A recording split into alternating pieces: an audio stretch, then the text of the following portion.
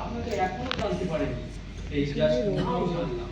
মহামান্য সুপ্রিম কোর্টে চূড়ান্ত রায়, বুঝলেন? মহামান্য সুপ্রিম কোর্টে চূড়ান্ত রায়ে 12 বছর আগে দুটো ধর্ষণ মামলায় আমরা ওই মেক ইন সোনাডাঙ্গার ব্র্যান্ড অ্যাম্বাসেডর যোগী লোকাচার্যজি দোষী সাব্যস্ত হয়েছে।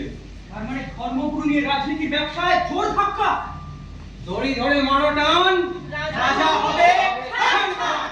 দড়ি ধরে মারো টান, রাজা হবে খান খান। শুনুন মন্ত্রী মশাই, মন্দির মসজিদ আর রাষ্ট্র কিন্তু এক নয়, কখনোই নয়।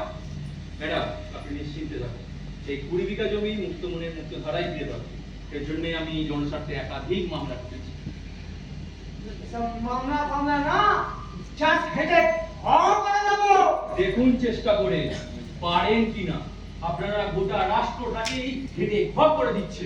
আপনাদের মতো কিছু আনওয়ান্টেড প্রত্যেক মানুষের জন্য সাধারণ মানুষ এখন সবচেয়ে বেশি ভয় পাচ্ছে তার নিজের রাষ্ট্রকে। আরে রাষ্ট্রের সঙ্গে আমাদের কেন ভয়ের সম্পর্ক হবে মন্ত্রী মশাই? কেন হবে?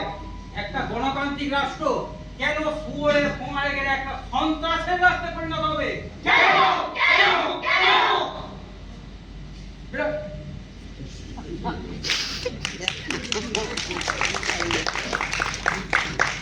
বলুন